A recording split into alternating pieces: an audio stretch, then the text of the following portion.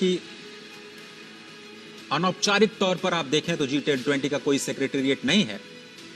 तो Asian development bank के president Masatsugu Asakawa, जिनका भारत मंडपम में आगमन हो चुका है। पहले मेहमान आज के G20 शिखर सम्मेलन 2023 में भारत की अध्यक्षता में भारत मंडपम में प्रवेश करते हुए एशियन डेवलपमेंट बैंक के अध्यक्ष। एशियन डेवलपमेंट बैंक जो एशिया और प्रशांत क्षेत्र में समावेशी विकास की सोच को आगे बढ़ाता है, बहुत ही आवश्यक। इसी सोच के तहत ये बैंक विभिन्न देशों के एशिया के विकास के लिए एशियन डेवलपमेंट बैंक अपनी भूमिका लगातार बढ़ाता रहा है। बहुत बड़ी भूमिका 21वीं सदी, एशिया की सदी और एशिया में फाइनेंस की जो समस्या है उसको दूर करने के लिए एडीबी ने महत्वपूर्ण भूमिका निभाई और कैसे इसको और सशक्त किया जाए, कैसे इसका बेहतर कैपिटलाइजेशन किया जाए, उस पर भी फोकस एडीबी का इस वक्त आप देख रहे हैं। भारत मंडपम के अंदर की तस्वीरें जहां पर योग मुद्राएं भारत की संस्कृति और सभ्यता से हमारे विदेशी मेहमानों को परिचित कराते हुए नजर आएंगी। प्रधानमंत्री नरेंद्र मोदी औपचारिक रूप से इन सभी नेताओं का स्वागत करेंगे। एशियन डेवलपमेंट बैंक के प्रेसिडेंट मासात्सुगु असाकावा जो भारत मंडपम में प्रवेश कर चुके हैं और अब कुछ ही पलों में प्रधानमंत्री उनका औपचारिक स्वागत करेंगे। भारत मंडपम में जिस स्थान से हमारे राष्ट्राध्यक्ष विभिन्न मेहमान गुजरेंगे, उन्हें फ्लैग्स के द्वारा झंडे लगाकर उनका स्वागत किया जा रहा है और भारत मंडपम की खूबसूरती से दो चार होते हुए ये सभी हमारे मेहमान मुख्य स्थल तक पहुंचेंगे। तो एशियाई क्षेत्र में इंफ्रास्ट्रक्चर डेवलपमेंट को बढ़ावा देने के लिए एडीबी की बहुत ही महत्वपूर्ण भूमिका है और भारत एक बहुत ही अहम हिस्सा इस। तो प्रधानमंत्री नरेंद्र मोदी इस वक्त एशियन डेवलपमेंट बैंक के प्रेसिडेंट मासात्सुगु असाकावा का स्वागत करते हुए और यहां से जो सिलसिला शुरू हुआ है ये लगातार आगे बढ़ेगा। फाइनेंशियल स्टेबिलिटी बोर्ड, वित्तीय स्थिरता बोर्ड के अध्यक्ष क्लास नॉट भारत मंडपम में प्रवेश कर चुके हैं। 2021 से ही वे एफएसबी के अध्यक्ष रहे हैं। उन्हें एक लंबा अनुभव रहा है। वे यूरोपियन सेंट्रल बैंक के गवर्निंग काउंसिल के भी सदस्य हैं, जनरल काउंसिल के भी सदस्य हैं और वे आईएमएफ के बोर्ड ऑफ गवर्नर्स के भी सदस्य हैं। प्रधानमंत्री Narendra Modi financial stability board FSB के अध्यक्ष क्लास नॉट का स्वागत करते हुए। और एफएसबी बहुत इंपॉर्टेंट इसलिए क्योंकि आईएमएफ के साथ मिलकर के इन्होंने सिंथेसिस पेपर तैयार किया है। भारत ने जो अपनी प्रेसिडेंसी में क्रिप्टो को रेगुलेशन को लेकर के प्राथमिकता दिखाई, उस पर काफी इंपॉर्टेंट। और इस वक्त अंतर्राष्ट्रीय श्रम संगठन आईएलओ के डायरेक्टर जनरल गिलबर्ट एफ हांगबो, जिनका प्रवेश हो चुका है, वे आईएलओ के 11वें डायरेक्टर जनरल हैं और वे पहले अफ्रीका महाद्वीप के नागरिक हैं जिन्हें ये पद मिला है। 2022 से ही वे इस पद पर आसीन हैं। अंतर्राष्ट्रीय श्रम संगठन के डायरेक्टर जनरल गिलबर्ट एफ हांगबो का स्वागत करते हुए प्रधानमंत्री नरेंद्र मोदी, और ये हैंडशेक बहुत कुछ बयां करता है।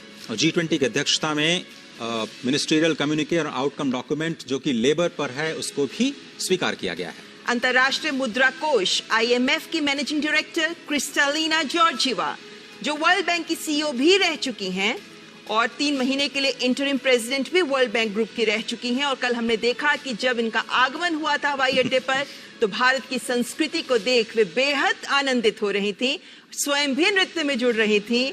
और इसी जोश और उत्साह के साथ अंतर्राष्ट्रीय मुद्रा कोष की मैनेजिंग डायरेक्टर क्रिस्टालिना जॉर्जिवा का प्रवेश भारत मंडपम में।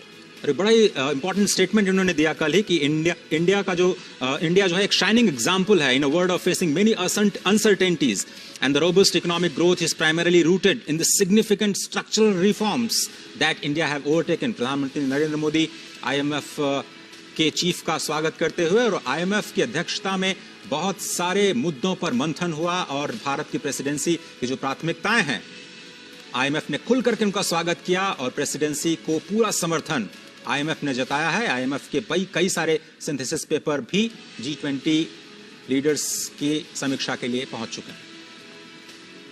तो विभिन्न राष्ट्राध्यक्षों का पहुंचना जारी। संयुक्त राष्ट्र के सेक्रेटरी जनरल एंटोनियो गुटेरेस, जो इससे पहले United Nations high commissioner for refugees के कमिश्नर भी रह चुके हैं, 10 साल तक वे वंचित और संवेदनशील समूहों, उनके मुश्किलों को बहुत करीब से महसूस करते रहे हैं। ये ज्ञात रहे कि जब वो कमिश्नर फॉर रेफ्यूजीज थे, उस वक्त सीरिया, इराक, सूडान, यमन, इनके विस्थापितों का दर्द भी उन्होंने करीब से देखा है। वे पुर्तगाल के प्रधानमंत्री भी रह चुके हैं और सेक्रेटरी जनरल के तौर पर उन्होंने कई महत्वपूर्ण कार्य किए हैं, कई महत्वपूर्ण शुरुआत की है। और G20 की अध्यक्षता के लिहाज से यह समझना जरूरी है कि कल ही उन्होंने बड़ा बयान दिया कि यूनाइटेड नेशंस में भी रिफॉर्म के लिए वो तैयार हैं।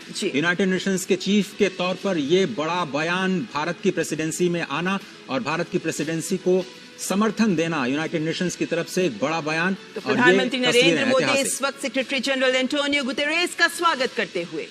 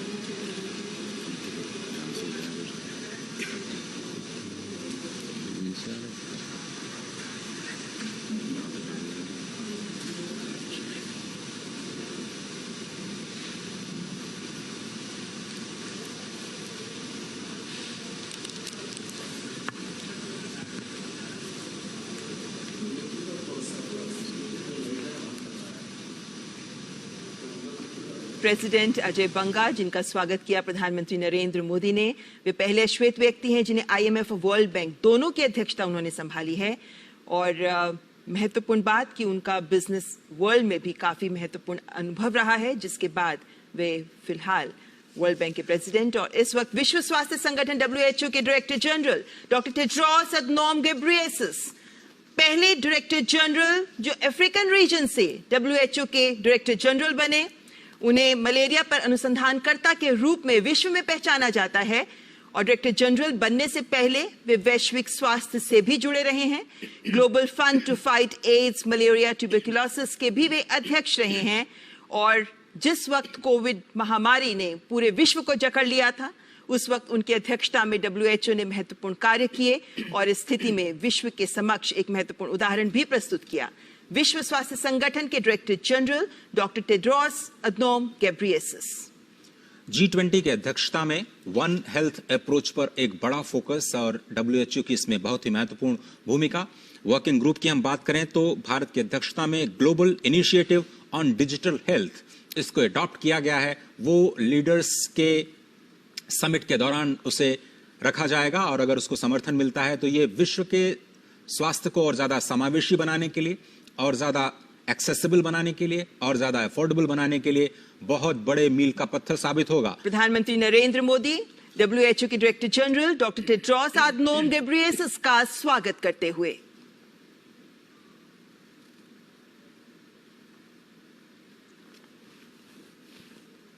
सांकेतिक रूप से लगता है कि उनका हालचाल पूछ रहे हैं प्रधानमंत्री। और अब स्क्रीन पर आप देख सकते हैं OECD यानी आर्थिक सहयोग और विकास संगठन के सेक्रेटरी जनरल मथियास कामन, जो ऑस्ट्रेलिया के वित्त मंत्री भी रह चुके हैं, प्रधानमंत्री नरेंद्र मोदी उनका स्वागत करते हुए। इंटरनेशनल टैक्सेशन और कैपेसिटी बिल्डिंग में OECD की बहुत ही महत्वपूर्ण भूमिका, उनके रिपोर्ट से बहुत ज्यादा मदद मिलती है। और जो G20 के वर्किंग ग्रुप हैं उनको अपनी चर्चाओं को और आगे बढ़ाने के लिए बहुत ही इंपॉर्टेंट इंटरनेशनल ऑर्गेनाइजेशंस जो कि इनवाइट किए जाते हैं G20 के सम्मेलन में बहुत ही खास इनपुट्स के लिए, जो डिसीजन मेकिंग में बहुत ही अहम भूमिका निभाते हैं, वैश्विक स्तर पर मुद्दों पर समावेशी विकास को समाहित करने में बहुत ही महत्वपूर्ण भूमिका निभाते हैं। और वर्ल्ड ट्रेड ऑर्गेनाइजेशन के डायरेक्टर जनरल गोजी ओकोंजो-इवियाला, जो पहली महिला डायरेक्टर जनरल रही हैं WTO की और पहली अफ्रीकी नागरिक जिन्हें WTO की अध्यक्षता मिली है, गोजी ओकोंजो-इवियाला, जो ग्लोबल फाइनेंस एक्सपर्ट हैं, इकोनॉमिस्ट हैं Asia, Africa, Europe, Latin America, north America में काम करने का इन्हें 40 वर्षों का अनुभव रहा है और अंतर्राष्ट्रीय विकास के विशेषज्ञ इन्हें माना जाता है और फिलहाल WTO की अध्यक्षता संभाल रही हैं। 21वीं सदी के लिए WTO को तैयार करना, WTO में रिफॉर्म, इसकी लगातार बात करता रहा है भारत। और प्रधानमंत्री मोदी ने भी स्पष्ट तौर पर WTO में रिफॉर्म्स की वकालत की और ट्रेड एंड इन्वेस्टमेंट की वर्किंग ग्रुप में WTO मिनिस्ट्रियल मीटिंग में भारत इस मुद्दे पर लगातार बात करता रहा है कि विकासशील देशों को ग्लोबल साउथ की आवाज को WTO में और ज्यादा तरजीह दी जानी चाहिए। मार्केट एक्सेस में जो विकसित देश हैं, विकासशील देशों की मदद करें। प्रधानमंत्री नरेंद्र मोदी गोजी ओकोंजो-इवियाला WTO के डायरेक्टर जनरल का स्वागत करते हुए।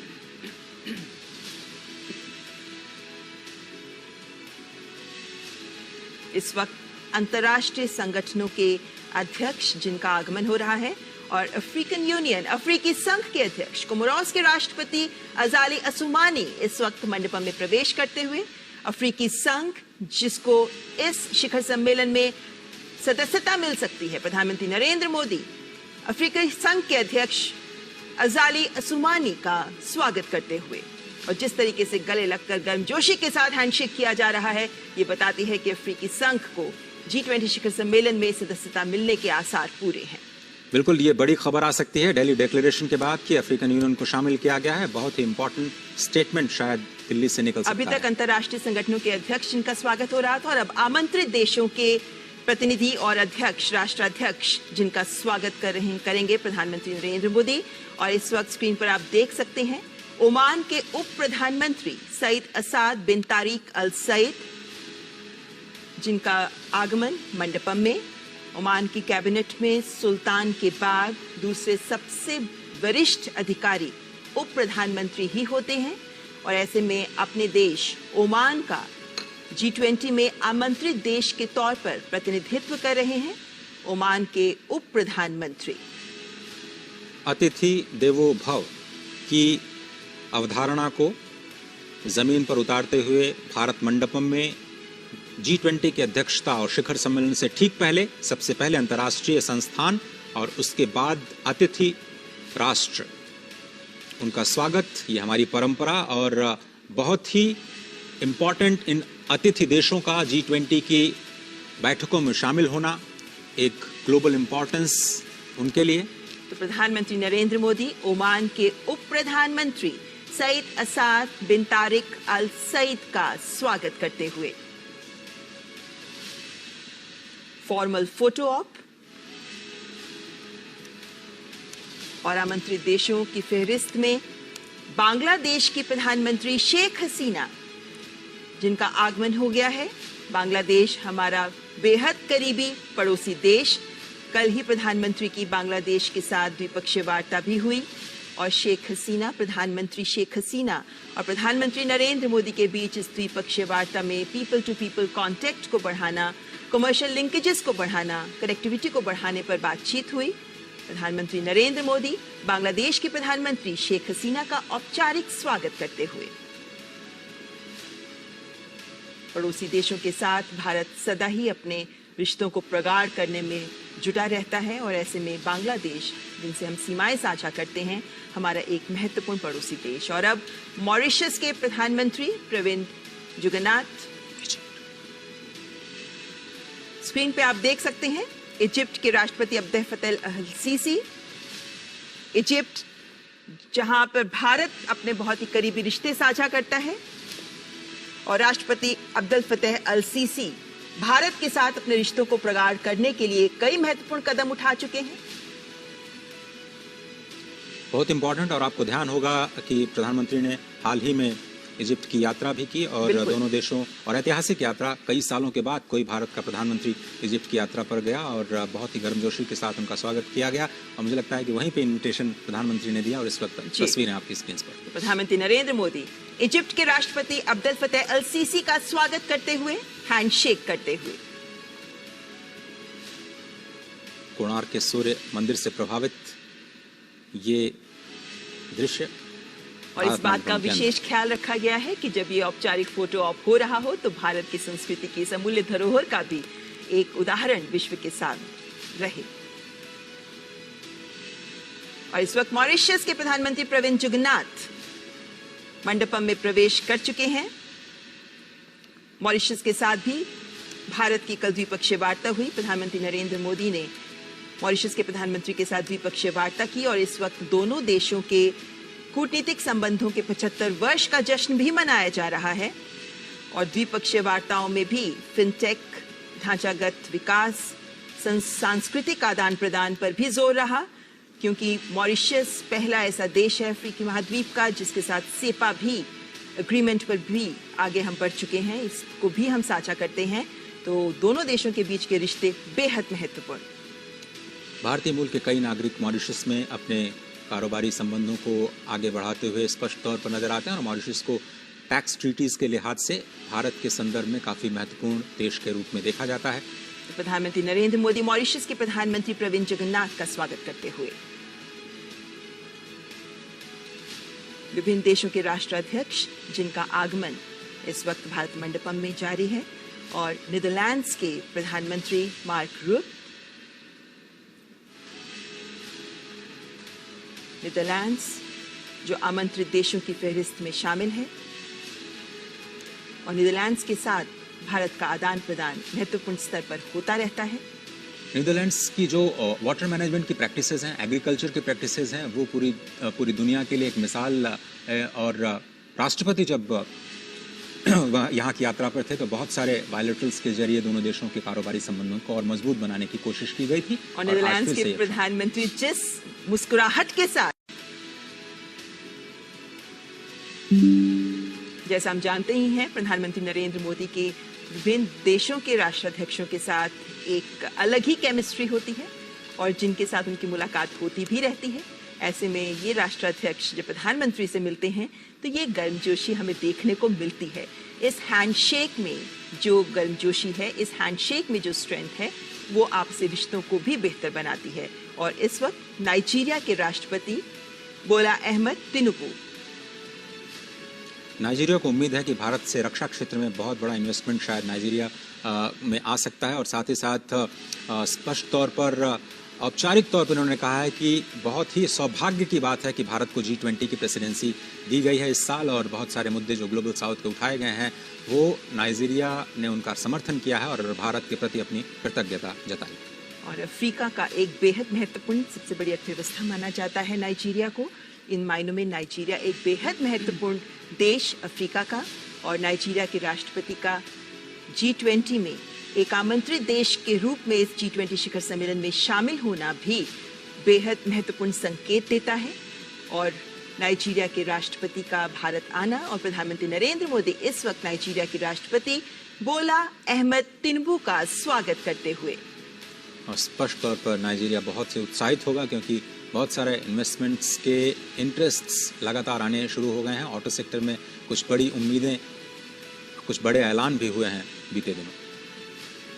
सिंगापुर के प्रधानमंत्री ली शिएन लूंग, और हम जानते हैं कि सिंगापुर के प्रधानमंत्री के साथ प्रधानमंत्री नरेंद्र मोदी बहुत बेहतर केमिस्ट्री रखते हैं, और ऐसे में सिंगापुर के प्रधानमंत्री का भी एक आमंत्रित देश के तौर पर G20 शिखर सम्मेलन में शामिल होना स्वाभाविक है। तो सिंगापुर के प्रधानमंत्री का आगमन। आसियान समिट के दौरान भी प्रधानमंत्री ने जिक्र किया सिंगापुर का स्पष्ट तौर पर, और सिंगापुर से जो भारत सीखना चाहता है उस स्मार्ट सिटीज का जो प्रोजेक्ट है, फाइनेंसिंग सिटीज ऑफ टुमारो को लेकर के जो कॉन्फ्रेंस हुई गांधीनगर में, उसमें सिंगापुर की बहुत ही अहम भूमिका रही। गिफ्ट सिटी जो बनाया गया है गांधीनगर में, उसमें भी सिंगापुर एक अहम भागीदार के रूप में सामने आया है। तो सिंगापुर के प्रधानमंत्री ली शिएन लूंग का स्वागत किया प्रधानमंत्री ने, और विभिन्न देशों के राष्ट्राध्यक्षों का आगमन जारी है और उनका औपचारिक स्वागत प्रधानमंत्री नरेंद्र मोदी के द्वारा 18वें G20 शिखर सम्मेलन के दौरान किया जा रहा है। और ये योग वॉल जिसके आगे से सभी राष्ट्राध्यक्ष गुजर रहे हैं, महत्वपूर्ण। स्पेन के उपराष्ट्रपति नाडिया कैल्विनो सेंटामारिया,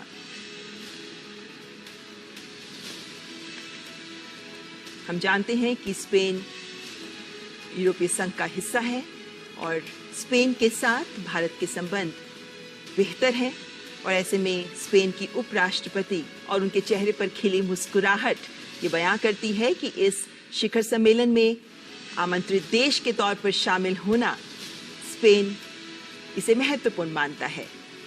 दोनों देशों के बीच स्किल्ड वर्कफोर्स के आदान प्रदान को लेकर के काफ़ी ज़्यादा उत्सुकता दिखाई दे रही है और स्पष्ट तौर पर जो G20 में बातचीत चल रही है, लेबर फोर्स के किसी भी तरह के मूवमेंट को बढ़ावा देने के लिए जो एक आम सहमति, एक वैश्विक सहमति बनाई जाए, उसमें भारत और स्पेन दोनों ही देशों को फायदा होने की उम्मीद। प्रधानमंत्री नरेंद्र मोदी स्पेन की उपराष्ट्रपति नाडिया कैल्विनो सेंटामारिया का स्वागत करते हुए हैंडशेक करते हुए।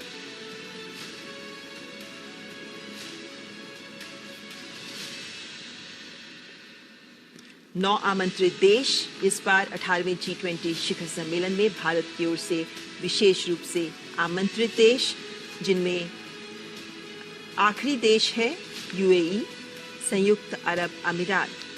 अच्छा, थोड़ी देर पहले UAE के तरफ से अभी तक जो इनवाइटेड कंट्रीज हैं उनमें तो आपकी स्क्रीन पे आप देख सकते हैं UAE यानी संयुक्त अरब अमीरात के राष्ट्रपति शेख मोहम्मद बिन जायद अल नहयान मंडपम में प्रवेश करते हुए। संयुक्त अरब अमीरात एक बेहद महत्वपूर्ण देश, विशेष रूप से आर्थिक रूप से अगर हम बात करते हैं, तेल संसाधनों के कारण और अन्य कूटनीतिक कारणों से भी भारत का महत्वपूर्ण सहयोगी देश संयुक्त अरब अमीरात। फ्री ट्रेड एग्रीमेंट को लेकर के दोनों देश काफ़ी ज़्यादा उत्साहित और हाल ही में जो FTA किया गया है भारत की तरफ से, उसका फ़ायदा अब ज़मीन पर दिखने लगा है। रोजगार के लिहाज से, GDP के लिहाज से और दोनों देशों के बीच जो ट्रेड रिलेशंस हैं इसको बढ़ाने में इस FTA की बहुत अहम भूमिका रही है और बहुत सारे भारतीय सऊदी अरब में जो कार्य करते हैं उनको लेकर के लेवल प्लेइंग फील्ड दी जाए और उनको असिस्टेंस दिया जाए और आप केमिस्ट्री स्पष्ट तौर पर देख सकते हैं। तो प्रधानमंत्री नरेंद्र मोदी UAE यानी संयुक्त अरब अमीरात के राष्ट्रपति शेख मोहम्मद बिन जायद अल नहयान का स्वागत करते हुए न केवल हैंडशेक बल्कि दोनों हाथों से उनके हाथों को थामते हुए उन्हें गले लगाते हुए। तो अब तक 9 आमंत्रित देश Oman, Bangladesh, Egypt, Mauritius, Netherlands, Nigeria, Singapore, Spain और UAE, इन 9 आमंत्रित देशों के राष्ट्राध्यक्ष अब भारत मंडपम में प्रवेश कर चुके हैं और अब बारी है G20 के सदस्य देशों।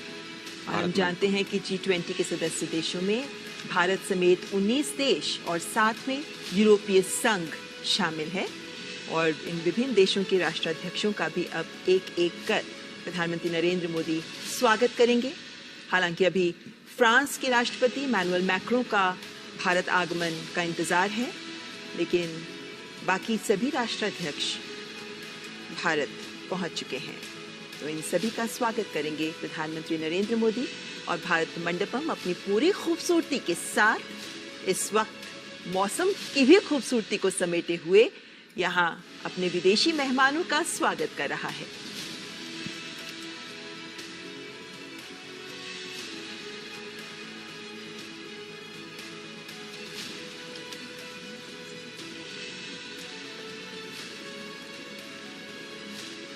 और G20 सदस्य देशों में सबसे पहले मेक्सिको के आर्थिक मामलों की मंत्री राकेल बुएनरोस्ट्रो सैंचेज। मेक्सिको को विकासशील देशों की एक सशक्त आवाज के रूप में देखा जाता है और एग्रीकल्चर को लेकर के जो वहाँ पे बेस्ट प्रैक्टिसेस हैं उनसे सीखने की कोशिश पूरी दुनिया करती रही है। एग्रीकल्चर वर्किंग ग्रुप में भी मेक्सिको की अहम भूमिका रही है। किस तरह से खाद्य सुरक्षा को लेकर के जो खाद की कीमतों में हमने उछाल देखा कोविड के दौरान, रशिया यूक्रेन क्राइसिस के दौरान, उसमें कैसे सभी लोग मिलकर के फूड सिक्योरिटी की जो समस्या है उस पर आम राय, आम सहमति बना पाए, उसमें मेक्सिको ने एक अहम योगदान दिया और स्पष्ट तौर पर G20 के सदस्य देश के रूप में भारत और मेक्सिको के न केवल द्विपक्षीय संबंध बल्कि G20 के मंच पर भी इन दोनों देशों का एक विकासशील देश के तौर पर अपने विचारों को रखना काफी अहम। तो मेक्सिको की आर्थिक मामलों की मंत्री राकेल बुएनरोस्ट्रो सैंचेज का स्वागत करते हुए प्रधानमंत्री नरेंद्र मोदी। मेक्सिको के राष्ट्राध्यक्ष का ही G20 शिखर सम्मेलन में आना था, लेकिन स्वास्थ्य कारणों से वे नहीं आ पाए, तो मेक्सिको का प्रतिनिधित्व कर रही वहां के आर्थिक मामलों की मंत्री। तो G20 के सदस्य देशों के राष्ट्राध्यक्षों का और प्रतिनिधियों का इस वक्त आना जारी है और भारत मंडपम में उनका औपचारिक स्वागत किया जा रहा है। भारत मंडपम जो 18वें G20 शिखर सम्मेलन का केंद्र। भारत मंडपम जहां से उम्मीद की जा रही है कि दिल्ली घोषणा पत्र एक मजबूत आवाज ग्लोबल साउथ के देशों की बनकर उभरेगा। यहां से एक ऐसी दिशा दी जाएगी जिससे विश्व समावेशी विकास और मानव कल्याण की ओर कदम बढ़ाएगा। G20 शिखर सम्मेलन भारत की अध्यक्षता में नया अध्याय लिख पाएगा, इस बात की भी उम्मीद की जा रही है। जिस सोच को विभिन्न working groups, Sherpa track, finance track में भारत ने आगे रखा, जिस जनभागीदारी के संदेश को सामने रखते हुए एक्शन ओरिएंटेड चर्चाओं पर भारत का जोर रहा, जिस तरीके से विभिन्न देशों के बीच सहमति बनाने की लगातार प्रयास किए जाते रहे, संवेदनशील मुद्दों पर भी एकमत होने की प्रयास रहे, वो ये भी दिखाता है कि दिल्ली घोषणा पत्र में जब वो कल सामने आएगा तो जो महत्वपूर्ण बिंदु रहेंगे वो भारत के उद्घोष को तो सामने रखेंगे ही, लेकिन साथ ही विश्व को भी नया संदेश, नई दिशा दे पाएंगे। क्योंकि ये संदेश जो इस भारत मंडपम से निकलेगा, ये संदेश पूरे विश्व के कल्याण और पूरे विश्व के विकास के संदेश के साथ जुड़ा हुआ होगा।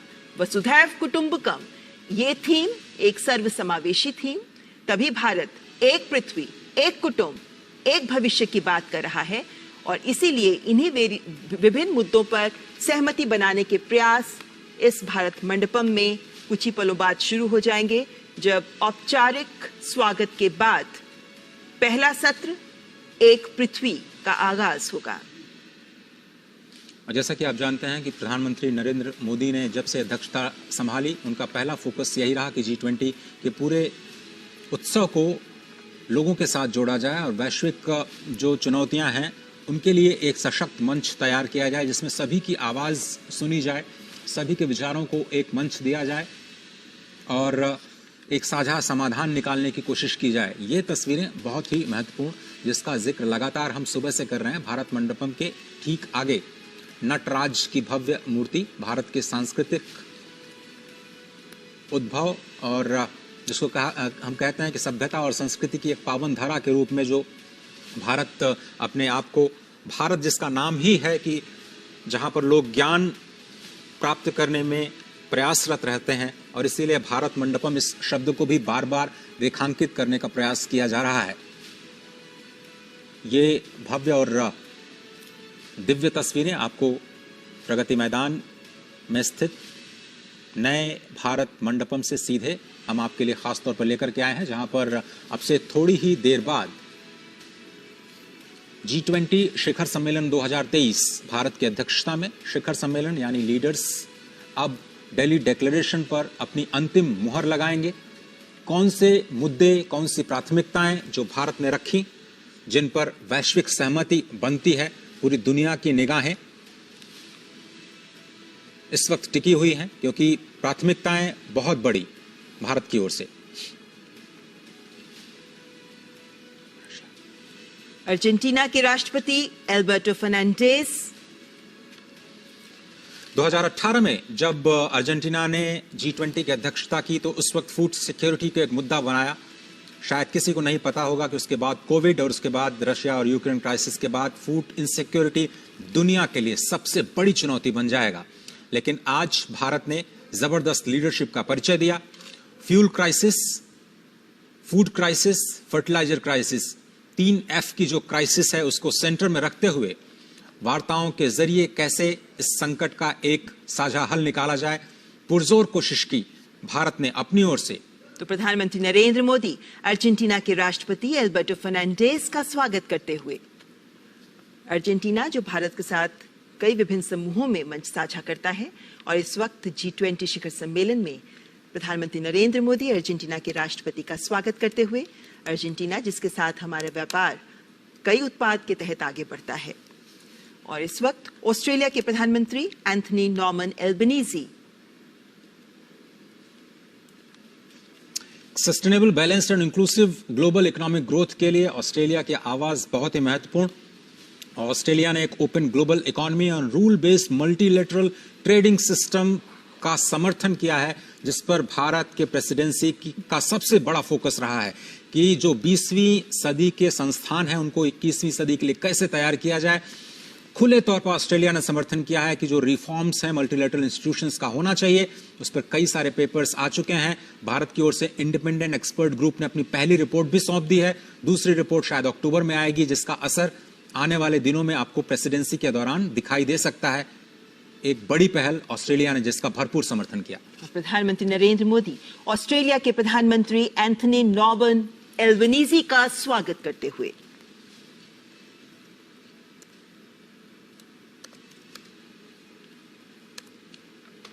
ऑस्ट्रेलिया जिसके साथ भारत अपने संबंधों को विभिन्न स्तरों पर आगे बढ़ा रहा है, और इस वक्त ऑस्ट्रेलियन प्रधानमंत्री एंथनी एल्बनीजी का प्रधानमंत्री ने स्वागत किया। और इस वक्त G20 के सदस्य देशों के राष्ट्राध्यक्ष, जिनमें कनाडा के प्रधानमंत्री जस्टिन पियर जेम्स ट्रूडो का आगमन, G20 शिखर सम्मेलन पर आने से पहले जस्टिन ट्रूडो ने कई महत्वपूर्ण बयान दिए हैं, लेकिन देखना होगा कि G20 शिखर सम्मेलन में जो चर्चाएं आगे बढ़ेंगी उनमें कनाडा के प्रधानमंत्री क्या पक्ष लेते हैं। तो कनाडा के प्रधानमंत्री जस्टिन पियर जेम्स ट्रूडो का स्वागत करते हुए प्रधानमंत्री नरेंद्र मोदी। और भारत ने स्पष्ट तौर पर कहा है कि जो राजनीतिक या भू राजनीतिक परिस्थितियां हैं उनको भारत ने G20 के विकास के मुद्दे पर हावी नहीं होने दिया, और यही शायद भारत के G20 प्रेसिडेंसी की सबसे बड़ी सफलता कही जा सकती है, क्योंकि ऐसा लग रहा था बहुत सारे देशों को कि शायद भारत कहीं दबाव में झुक न जाए, लेकिन भारत ने स्पष्ट तौर पर किसी का भी बिना कोई पक्ष लिए निष्पक्ष तौर पर इस अध्यक्षता को स्पष्ट तौर पर एक लीडरशिप के तौर पर संभाला। और भारत ने अपनी ओर से बिल्कुल साफ कर दिया कि वो किसी भी तरह के जो भू राजनीतिक परिस्थितियां हैं उनको इस वार्ता पर हावी नहीं होने देगा, क्योंकि ये एक मंच है वैश्विक विकास के मुद्दों को समाधान देने का, एक साझा हल ढूंढने का। और इस वक्त यूरोपियन यूनियन कमीशन की president Ursula von der lion.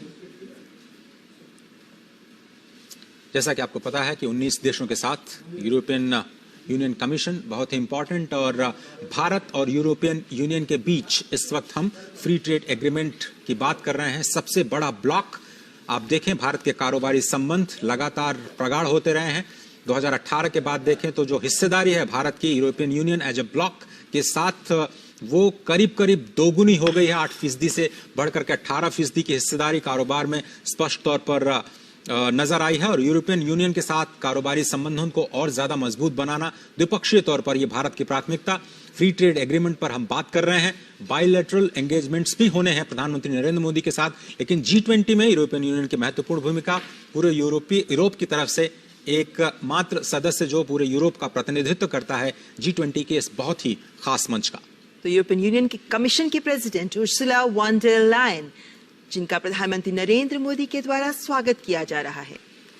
European union council की तरफ से उर्सुला वॉन डेर लायन, और यूरोपियन यूनियन कमीशन की तरफ से यूरोपियन यूनियन काउंसिल के प्रेसिडेंट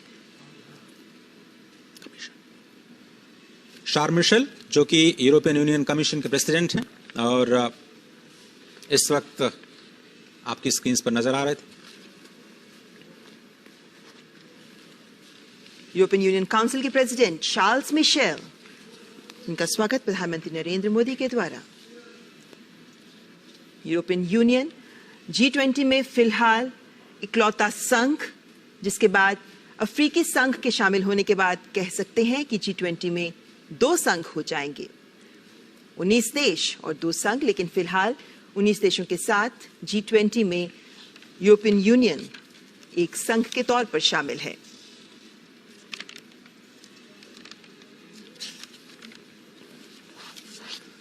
जैसा कि आपको पता है कि भारत की प्राथमिकताएं बहुत स्पष्ट हैं, इंक्लूसिव डेवलपमेंट को बढ़ावा देना है, और ये G20 की प्राथमिकताओं में शामिल।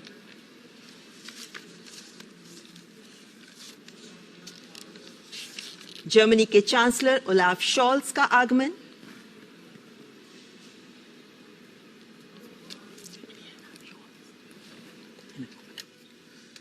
G7 में जर्मनी की बहुत महत्वपूर्ण भूमिका, और G7 के मंच पर जब प्रधानमंत्री नरेंद्र मोदी गए थे तो स्पष्ट तौर पर उनका भव्य स्वागत किया गया था और वहां पर जो क्लाइमेट जस्टिस को लेकर के आवाजें उठी थी उसको जर्मनी का भरपूर समर्थन मिला था। जर्मनी और भारत के बीच में पीपल टू पीपल कनेक्ट को लेकर के और ज्यादा रिश्तों को मजबूत करना और साथ ही साथ द्विपक्षीय संबंधों को बढ़ावा देना, उस पर भी निगाह रहेगी। लेकिन G20 के मंच पर जर्मनी की बहुत ही खास भूमिका वैश्विक मुद्दों पर सहमति बनाने के लिहाज से। प्रधानमंत्री नरेंद्र मोदी जर्मनी के चांसलर ओलाफ शोल्स का स्वागत करते हुए। उनके स्वास्थ्य का हालचाल भी जानते हुए प्रधानमंत्री नरेंद्र मोदी अपनी जबरदस्त केमिस्ट्री के जरिए, और ये देखा जा सकता है कि जैसे WHO के डायरेक्टर जनरल, उनका भी थोड़ा स्वास्थ्य नासाज था, प्रधानमंत्री ने उनका भी स्वास्थ्य पूछा। लेकिन ये भी दिखाता है महत्व G20 शिखर सम्मेलन का, जहां विभिन्न राष्ट्राध्यक्षों और संगठनों के अध्यक्षों के द्वारा ये प्रयास किया गया है कि वे इसमें जरूर शिरकत करें, जरूर शामिल हों, क्योंकि इस वक्त का G20 शिखर सम्मेलन इस दौर में पूरा विश्व वक्त के उस मुहाने पर खड़ा है जब चुनौतियां बहुत भीषण हैं और चुनौतियां बहुत मुखर हैं।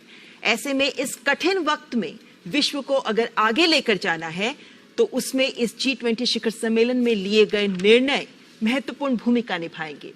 और इसीलिए इस वक्त जो औपचारिक स्वागत आमंत्रित देशों के राष्ट्राध्यक्षों का, G20 सदस्य देशों का और अंतर्राष्ट्रीय संगठनों के अध्यक्षों का किया जा रहा है, ये भी दिखाता है कि इनका यहाँ आना, इस शिखर सम्मेलन में इन सभी संगठनों और राष्ट्रों के अध्यक्षों की उपस्थिति हमारे लिए भी मायने रखती है, G20 के लिए भी मायने रखती है। भारत मंडपम जो बेसब्री से प्रतीक्षा कर रहा है उन मेहमानों की जिनका भी आगमन का इंतजार है, और विभिन्न राष्ट्राध्यक्ष जो अब से कुछ ही देर बाद जब फॉर्मल सेशंस शुरू होंगे तो गंभीर समस्याएं विश्व के सामने जो उपस्थित हैं उन पर मंथन करेंगे, उन पर चिंतन करेंगे, ताकि इन चर्चाओं और इस विमर्श से कुछ ठोस नतीजे सामने आ सकें, ऐसे नतीजे जो एक्शन ओरिएंटेड हों, ताकि विभिन्न देश सामूहिक जिम्मेदारी निभाते हुए इन निर्णयों को लेकर आगे बढ़ सकें। सामूहिक जिम्मेदारी सर्वसमावेशी विश्व के विकास की, सामूहिक जिम्मेदारी वैश्विक चुनौतियों से निपटने की, सामूहिक जिम्मेदारी वसुधैव कुटुंबकम के तहत एक पृथ्वी, एक कुटुंब, एक भविष्य के मंत्र को साकार करने की। और इस वक्त इटली की प्रधानमंत्री जॉर्जिया मेलोनी, जो इटली की पहली महिला प्रधानमंत्री हैं, मात्र 15 वर्ष की आयु में वे इटालियन सोशल मूवमेंट से जुड़ गई थी। 21 वर्ष की आयु में ही वे रोम की काउंसलर चयनित हो गई थी। 29 वर्ष की आयु में ही वे सांसद भी बन गई थी और 2022 में ही उन्होंने इटली के प्रधानमंत्री पद को संभाला।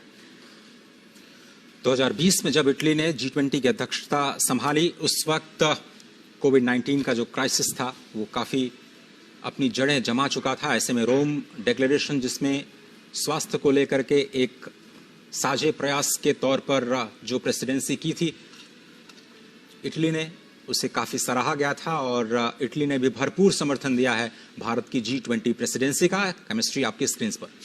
प्रधानमंत्री नरेंद्र मोदी इटली की प्रधानमंत्री जॉर्जिया मेलोनी का स्वागत करते हुए।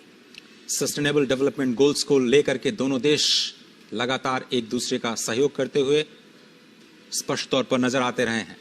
और जिस तरह से हम लगातार आपको बता रहे हैं कि G20 प्रेसिडेंसी पूरी अभी तक जो देखी है हमने 1 दिसंबर 2022 से महत्वपूर्ण स्तंभों पर नजर आती हुई। जापान के प्रधानमंत्री फुमियो किशिदा जो पूर्व प्रधानमंत्री शिंजो आबे की सरकार में विदेश मंत्री भी रह चुके हैं 2012 से 2017 तक, और इसीलिए भारत के साथ संबंधों को वे पूरी तरह और बेहतरीन तरीके से परिभाषित कर रहे हैं। जापान एक महत्वपूर्ण देश है हमारे लिए, जिसके साथ हम विभिन्न मंचों पर हम सहयोगी के तौर पर काम करते हैं।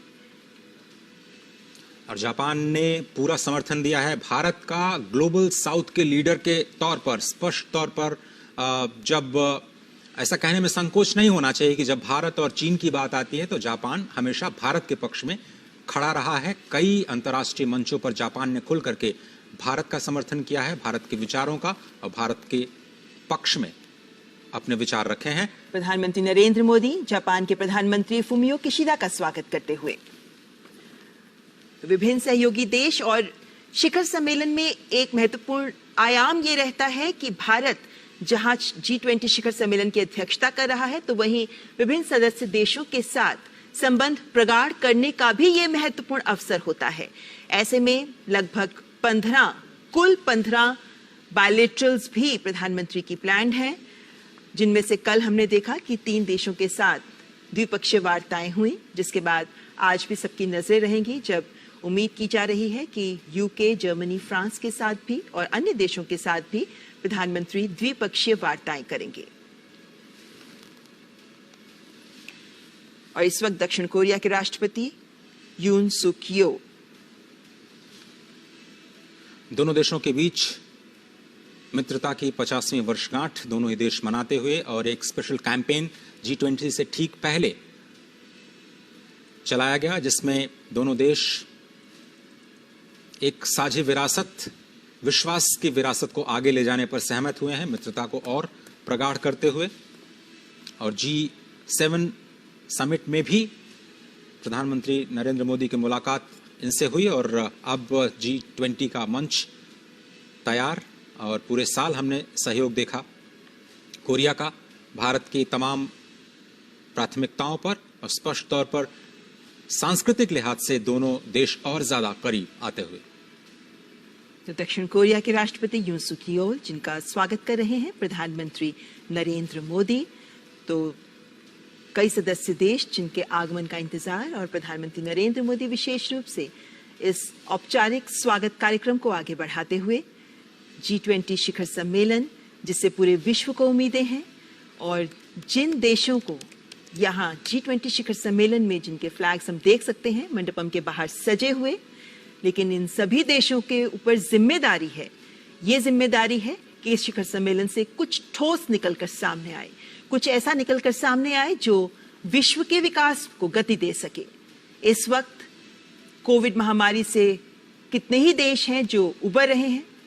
इस वक्त कोविड महामारी के बाद विभिन्न देशों की अर्थव्यवस्थाएं चरमराई हुई हैं। ऐसे में सभी देशों को एकजुट होकर आगे बढ़ने का आह्वान कर रहा है भारत, इस भारत मंडपम से। और इस वक्त दक्षिण अफ्रीका के राष्ट्रपति एम सिरिल रामाफोसा एक महत्वपूर्ण शख्सियत हैं। श्री एम सिरिल रामाफोसा, जो रंग भेद विरोधी कार्यकर्ता रहे हैं, ट्रेड यूनियन के नेता रहे हैं, पेशे से व्यापारी भी रहे हैं। 2014 से 2018 तक आप दक्षिण अफ्रीका के उपराष्ट्रपति रहे और अब दक्षिण अफ्रीका के राष्ट्रपति के पद पर विराजमान। और G20 शिखर सम्मेलन में दक्षिण अफ्रीका के राष्ट्रपति एम सिरिल रामाफोसा का आगमन।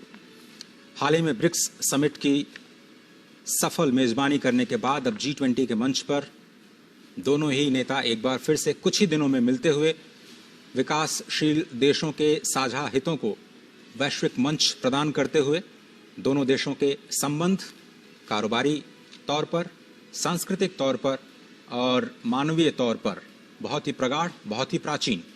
प्रधानमंत्री नरेंद्र मोदी दक्षिण अफ्रीका के राष्ट्रपति एम सिरिल रामाफोसा का स्वागत करते हुए, हैंडशेक करते हुए, फॉर्मल फोटो ऑप देते हुए।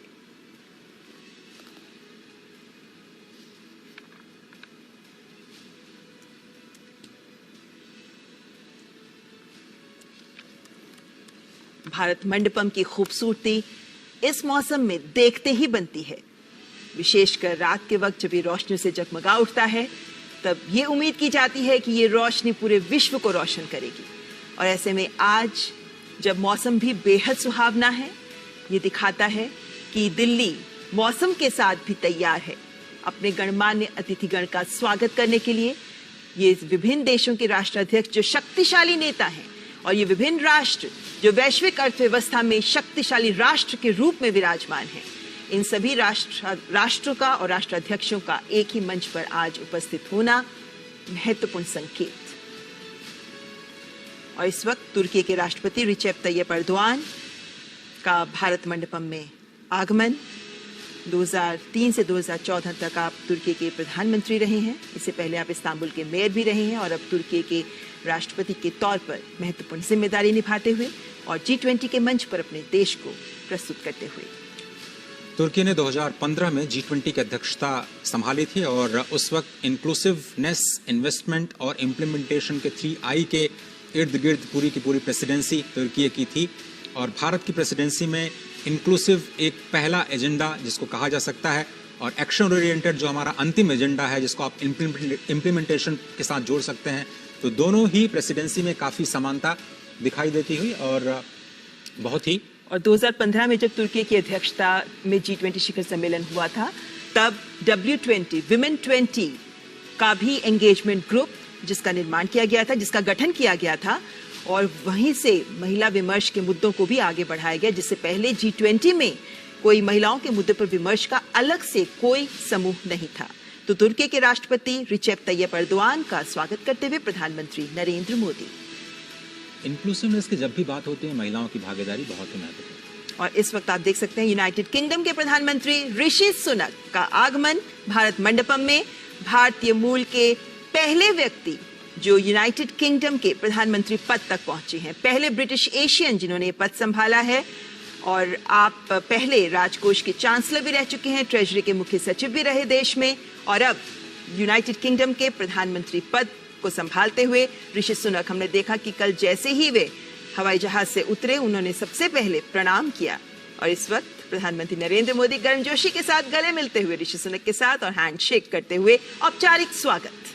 G20 का समर्थन और सबकी निगाहें होंगी भारत UK FTA वार्ता पर, जो कि बहुत ही फाइनल स्टेज में है और दोनों नेता इसको अंतिम रूप दे सकते हैं। पूरी दुनिया की निगाहें इस पर होंगी कि भारत UK FTA को लेकर के दोनों देश कैसे आगे बढ़ते हैं। और G20 के सभी मुद्दों पर समर्थन करते हुए ऋषि सुनक स्पष्ट तौर पर, खुले तौर पर, औपचारिक तौर पर भारत का समर्थन और प्रधानमंत्री नरेंद्र मोदी की लीडरशिप की तारीफ कर चुके हैं।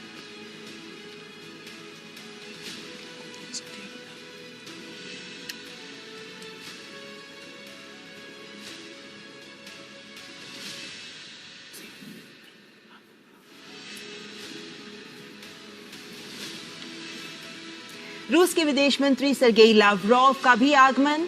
व्लादिमीर पुतिन नहीं आ पाए, उनकी जगह सर्गेई लावरोव रूस का प्रतिनिधित्व करते हुए।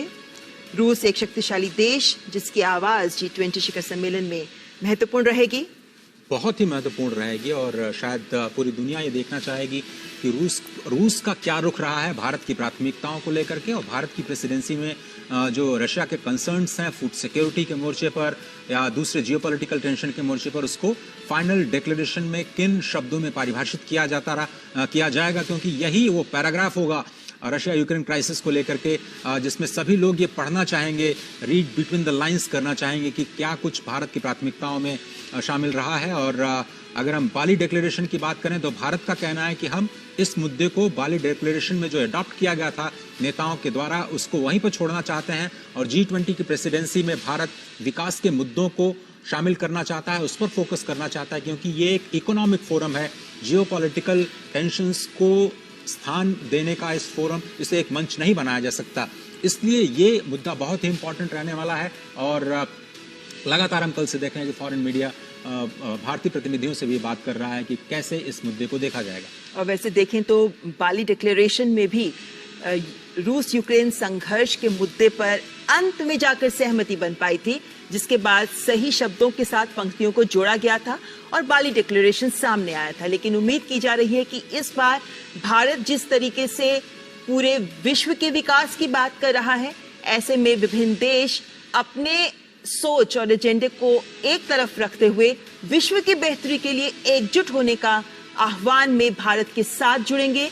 इस बात की उम्मीद की जा रही है, क्योंकि भारत भी लगातार जब से भारत ने अध्यक्षता संभाली है, भारत इन प्रयास में लगा रहा है कि विभिन्न देशों की अलग अलग आवाजों को कैसे एक साथ एक मत किया जाए, और ऐसे में विभिन्न देशों को चर्चाओं में भी साथ जोड़ने का प्रयास भारत का रहा है। और इस वक्त जाहिर है कि रूस के विदेश मंत्री क्योंकि पहुंच चुके हैं, उसके बाद जब चर्चाओं में वे शिरकत करेंगे तो रूस यूक्रेन संघर्ष का मुद्दा दिल्ली डिक्लेरेशन में किन शब्दों के साथ रखा जाता है, किस हद तक जगह मिल पाती है, उस पर सहमति बनाने पर भारत का और विभिन्न देश जो भारत के साथ इस मुहिम में जुटे हुए हैं कि इस दिल्ली डिक्लेरेशन को फाइनल किया जाए और सही तरीके से भारत विश्व के विकास को लेकर जो आवाज बुलंद कर रहा है, ग्लोबल साउथ के हितों को साथ लेकर आगे बढ़ने की बात कर रहा है, उसको साथ मिल सके और सार्थक तरीके से उसे दिल्ली घोषणा पत्र में शामिल किया जा सके,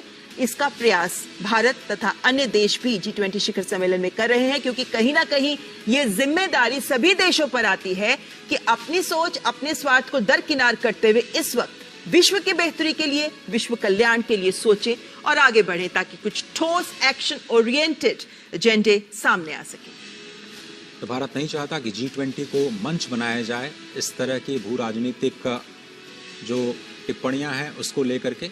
बहुत सारे देशों ने ये कोशिश की दबाव बनाने की कि रशिया को लेकर के भारत की प्रेसिडेंसी की ओर से दबाव बनाया जाए। भारत ने दो टूक मना कर दिया।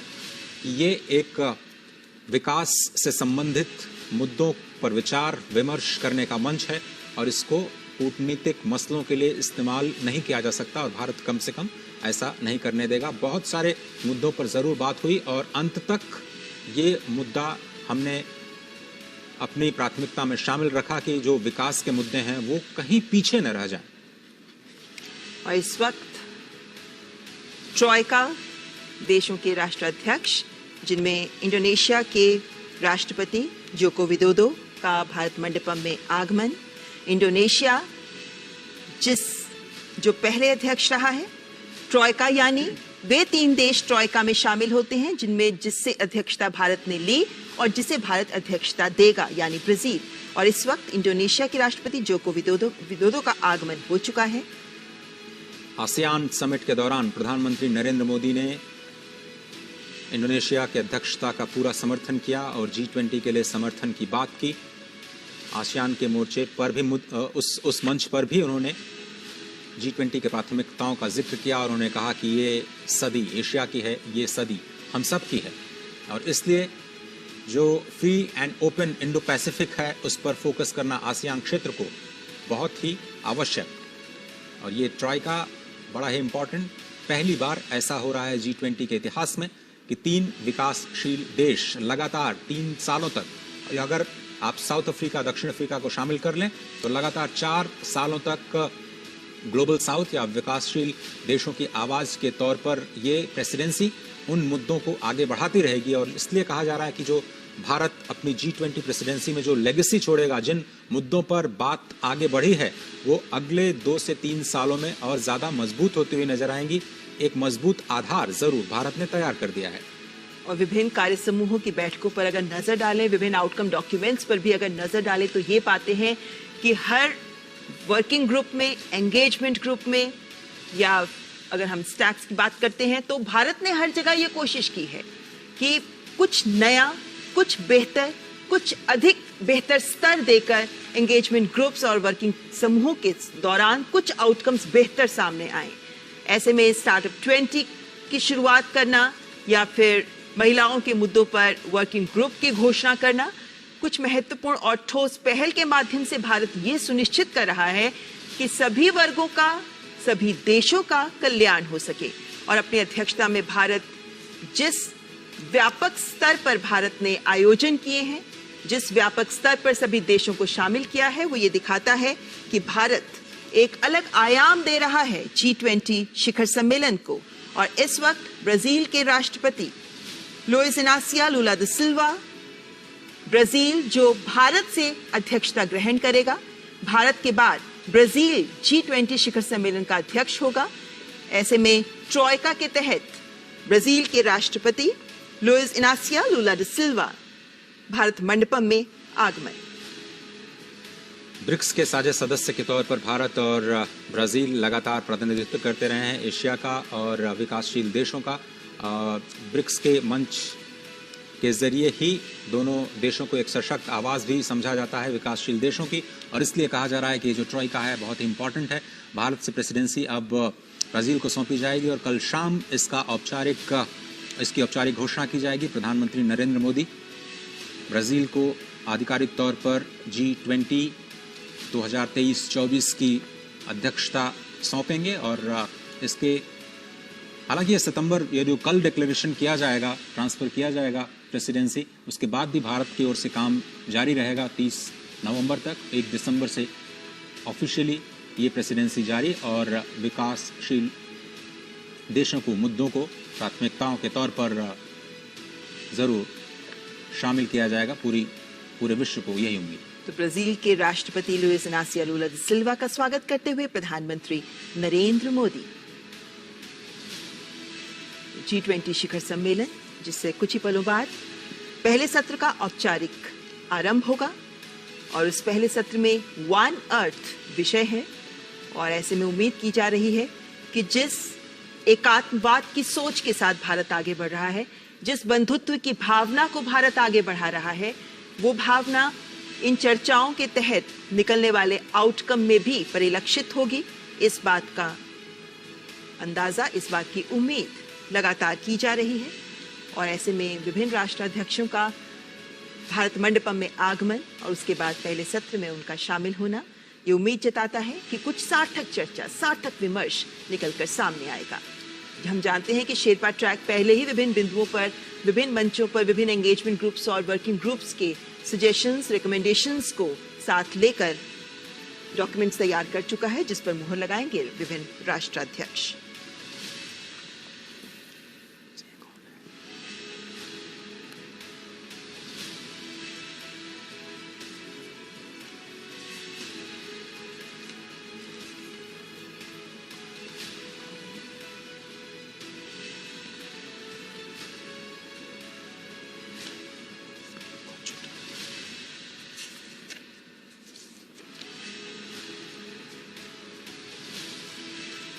भारत मंडपम में विभिन्न देशों के राष्ट्राध्यक्षों का आगमन जारी। प्रधानमंत्री नरेंद्र मोदी कर रहे हैं औपचारिक स्वागत, और इस औपचारिक स्वागत के बाद फोटो ऑप के बाद शुरुआत होगी पहले सत्र की। और चीन के प्रधानमंत्री ली चियांग का स्वागत करते हुए प्रधानमंत्री नरेंद्र मोदी। चीन जो G20 शिखर सम्मेलन के विभिन्न मंचों पर, विभिन्न चर्चाओं में कुछ मुद्दों पर सवाल उठाता रहा है, लेकिन उम्मीद की जा रही है कि जो आउटकम डॉक्यूमेंट आएगा उसमें एकमत, सहमति मिल पाएगी। भारत के वित्त मंत्री के साथ चीन के जो समकक्ष हैं वित्त मंत्री, उनकी मुलाकात गांधीनगर में हुई थी, और उसके बाद ये उम्मीदें अब उठने लगी हैं कि चीन बहुत सारे मुद्दों पर शायद भारत का समर्थन कर सकता है, भारत की प्रेसिडेंसी का समर्थन कर सकता है। देखना होगा कि विकास के मुद्दों पर किस तरह से, फूड सिक्योरिटी के मुद्दे पर, डेट रेजोल्यूशन के मुद्दे पर चीन का क्या रुख रहता है, और भारत की प्रेसिडेंसी में जो प्राथमिकताएं तय की गई हैं, चाहे वो मल्टीलेटरल इंस्टीट्यूशंस का रिफॉर्म हो या फिर सस्टेनेबल डेवलपमेंट गोल्स की समीक्षा करना हो, क्योंकि शायद वो सबसे बड़ी चुनौती है। 2030 तक प्रधानमंत्री मोदी ने कहा कि इस वक्त हम मध्य में खड़े हैं, जब इसकी समीक्षा करना बहुत ज़रूरी है। किसी को पता नहीं था कि रशिया यूक्रेन क्राइसिस और कोविड जैसी दो संकटों से पूरी दुनिया का सामना होगा, और उसका असर SDGs के जो लक्ष्य हैं उन पर स्पष्ट तौर पर दिखाई देगा। ऐसे में अब रिकवरी की तरफ वर्ल्ड का पूरे विश्व का फोकस जो है वो अब जाता हुआ, और इस रिकवरी को कैसे और ज़्यादा स्ट्रांग बनाया जाए, कैसे इंक्लूसिव बनाया जाए, उस पर लगातार भारत की प्रेसिडेंसी ने काम किया है, और उसका नतीजा आज और कल की लीडरशिप समिट के दौरान पूरी दुनिया को दिखाई देगा। इस वक्त जो 18वां G20 शिखर सम्मेलन का आयोजन हो रहा है, ये उस दौर में हो रहा है जब विश्व कोविड महामारी से बाहर निकल रहा है। बहुत से देश ऐसे हैं जो अभी कोविड महामारी से उबर रहे हैं। ऐसे में जो चुनौतियां सबके सामने हैं, खासतौर पर विकासशील देशों के सामने, हालांकि G20 हमेशा से एक आर्थिक मंच रहा है, लेकिन पिछले कुछ वर्षों में अन्य महत्वपूर्ण मुद्दे भी इसके साथ जुड़ गए हैं, और उसी के चलते इस बार के G20 शिखर सम्मेलन को भारत ने नए आयाम देने का प्रयास किया है। और ये भारत मंडपम के दृश्य जो सीधे आप तक पहुंच रहे हैं, ये भारत मंडपम जिसमें अब से कुछ ही पलों के बाद, औपचारिक स्वागत के बाद कुछ ही पलों बाद पहले सत्र का शुभारंभ हो जाएगा, और जिसमें गंभीर विमर्श, गंभीर चिंतन सामने आ सकता है। भारत इस वक्त इस बात को सुनिश्चित कर रहा है कि सभी देश एकजुट हों। ऐसे में जब पूरे विश्व में इस वक्त देखा जा रहा है कि सब अपने स्वार्थ, अपने विकास को लेकर आगे बढ़ रहे हैं। भारत ने एक आवाज बुलंद की कि विश्व को एकजुट होकर आगे बढ़ना होगा, तभी संपूर्ण विश्व का विकास हो पाएगा। जलवायु परिवर्तन की चुनौती हमारे सामने है। सतत विकास लक्ष्यों को 2030 तक हासिल करने की चुनौती हमारे सामने है। ऐसे में कोई भी देश अकेला इन लक्ष्यों को प्राप्त नहीं कर सकता। ऐसे में सभी को एक मत होकर एक पृथ्वी के लिए कार्य करना जरूरी है। क्योंकि सभी देश एक दूसरे से इंटरकनेक्टेड हैं, जुड़े हुए हैं, इसीलिए सभी देशों को एकजुट होकर, सबको एक साथ मिलकर एक कुटुंब की तरह निर्णय लेने होंगे और ठोस कार्य को आगे लेकर, लक्ष्यों को लेकर आगे बढ़ना होगा। तभी हम साझा भविष्य, एक भविष्य हासिल कर पाएंगे। जो चुनौतियां हमारे सामने हैं, चाहे उसमें हम विश्व शांति की बात करें, विश्व की समृद्धि की बात करें, विश्व कल्याण की बात करें और उन देशों की बात करें जिन्हें अभी तक विश्व नजरअंदाज करता आया है, उन सबको अगर आगे लेकर जाना है, विश्व को वाकई विकास करना है, तो भारत ने इसे परिभाषित किया है कि सबको सामूहिक जिम्मेदारी लेते हुए मिलकर आगे बढ़ना होगा, मिलकर कार्य करना होगा।